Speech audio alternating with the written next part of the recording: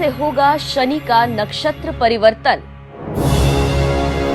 शतभिषा नक्षत्र से पूर्व भाद्रपद नक्षत्र में शनि रखेंगे कदम। 12 राशियों पर इसका कैसा पड़ेगा असर?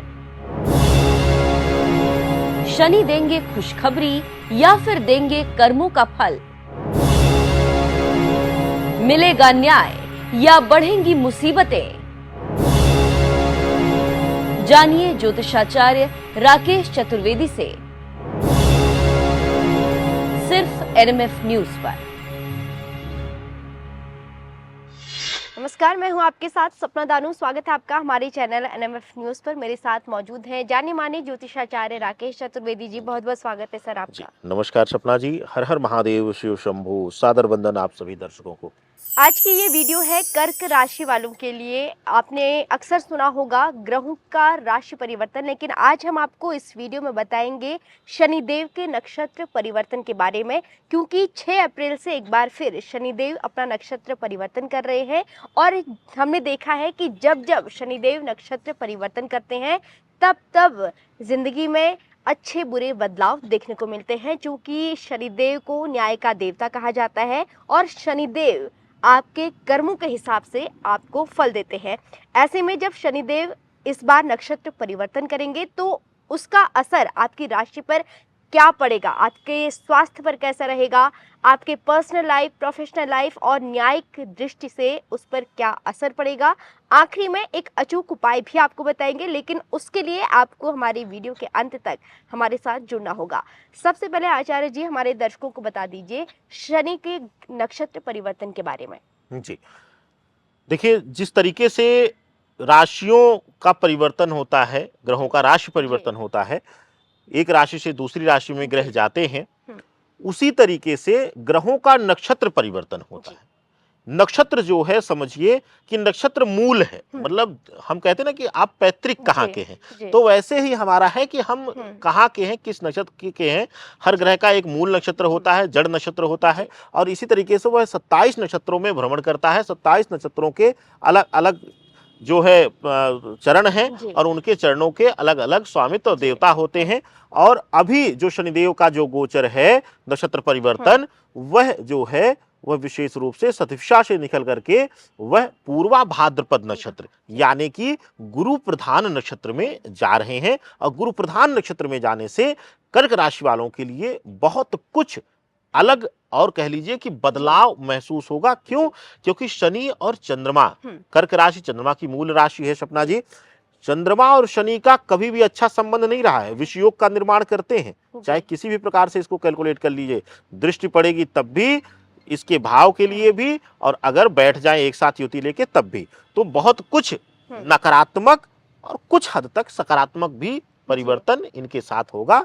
एक एक करके सब चीजों पर आगे बढ़ा जाएगा और चर्चा भी किया जाएगा सपना जी। जी बिल्कुल। जो ये हमारे दर्शकों को बता दूं, जो ये कालखंड रहेगा वो 6 अप्रैल से 3 अक्टूबर तक रहेगा, और ऐसे में इसका असर आपके स्वास्थ्य पर क्या कुछ पड़ेगा, आचार्य जी हमारे दर्शकों को बता दीजिए।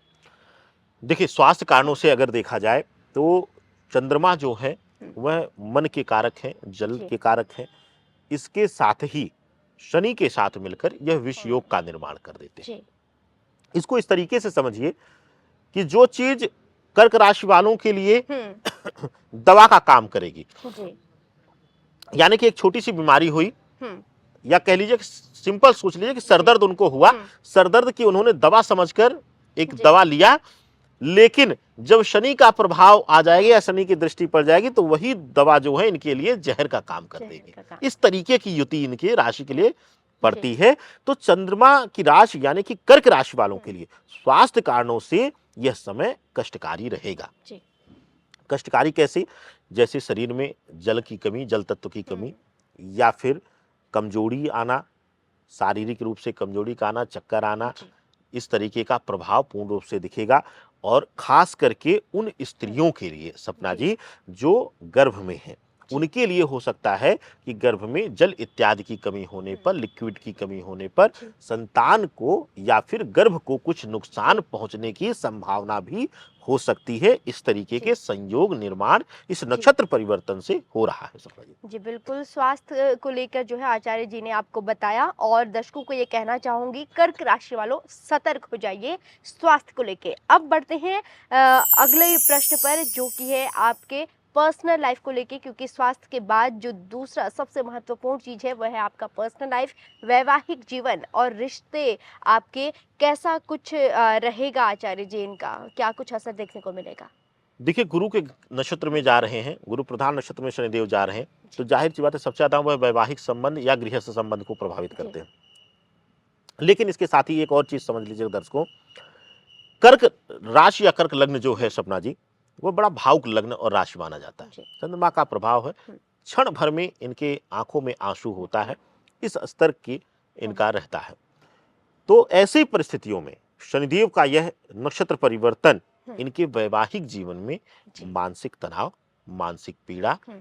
मन में भ्रम, यानी कि आपके पार्टनर के मन में जी। आपके रिश्ते के प्रति भ्रम का हुँ। आना, इस तरीके का संकेत दिखा रहा है हुँ। और आपके वैवाहिक जीवन में कुछ न कुछ मानसिक भ्रम, मानसिक पीड़ा को जी। इस बीच 100% मैं देख पा रहा हूँ। हुँ।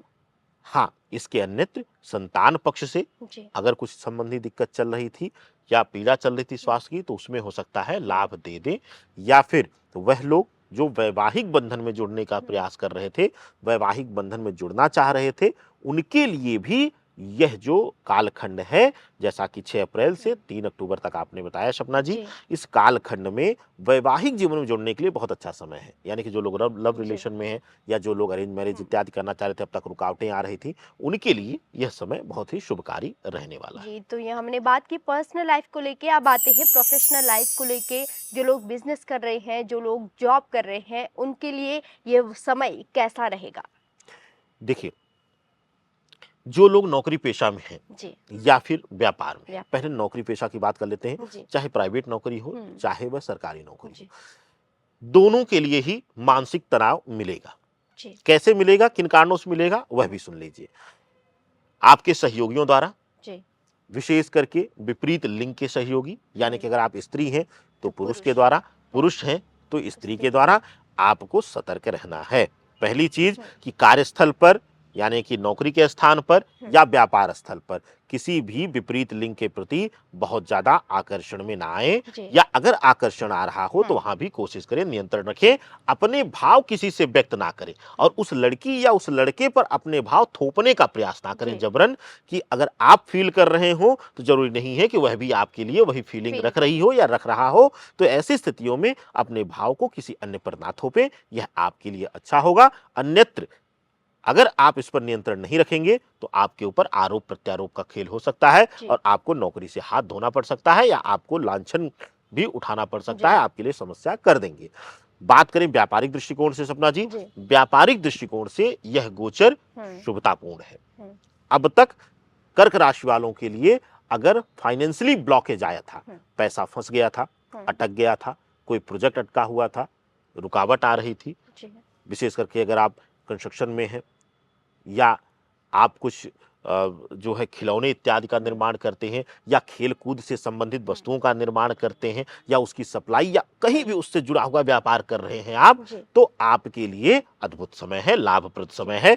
हर तरीके से रुकावटें दूर होंगी, हुँ। फाइनेंशियल ब्लॉकेज खत्म होगी, पैसे अटके हुए मिल जाएंगे आपको, जी। तो आर्थिक रूप से फ्लो आपका बढ़ जाएगा, तो आपको सहायता मिलेगी, शुभता मिलेगी। जी, तो ये हमने बात की प्रोफ़ेशनल लाइफ़ को लेके। अब आते हैं न्यायिक दृष्टि से। अगर देखें, अगर आपका लंबे वक़्त से कोर्ट केस चल रहा है, आप कोर्ट कचहरी के चक्कर मारते-मारते थक गए हैं, तो इस बार शनिदेव आपके लिए क्या कुछ लेकर आए हैं? न्याय देंगे आपको या फिर नहीं? आचार्य जी। कोर्ट कचहरी के विषय हुँ। में सपना जी, यह समय बड़ा कठिन है आपके लिए, जी। कर्क राशि वालों के लिए। हुँ। मानसिक पीड़ा मिलेगी, बेवजह दौड़ना पड़ेगा, बहुत ज्यादा दिक्कत नहीं होगी, आपके खिलाफ चीजें नहीं जाएंगी, जी। लेकिन उसकी वजह से आपको बहुत ज्यादा तनाव जी। लेना जी। पड़ेगा। लेकिन इसके साथ ही प्रयास करिएगा कि इस गोचर काल में, हुँ। यानी इस काल खंड में जो हुँ। 6 अप्रैल से 3 अक्टूबर तक का है, जी। इस बीच कोई नया वाद विवाद जन्म ना लेने पाए, इसका आपको विशेष ध्यान रखना है। जी बिल्कुल, जाने से पहले एक अचूक उपाय भी बता दीजिए कर्क राशि वालों के लिए। कर्क राशि वालों के लिए चंद्रमा की राशि हैं आप। हुँ, चंद्रमा की राशि वालों के लिए गंगा जल और गाय का दूध, दो जी। चीजें मिश्रित कर लीजिएगा, मिला करके एक लोटे में ले लीजिएगा हुँ, और ले जाकर के शिवलिंग पर अभिषेक हुँ, करिएगा। और किस मंत्र के साथ करना है? जी।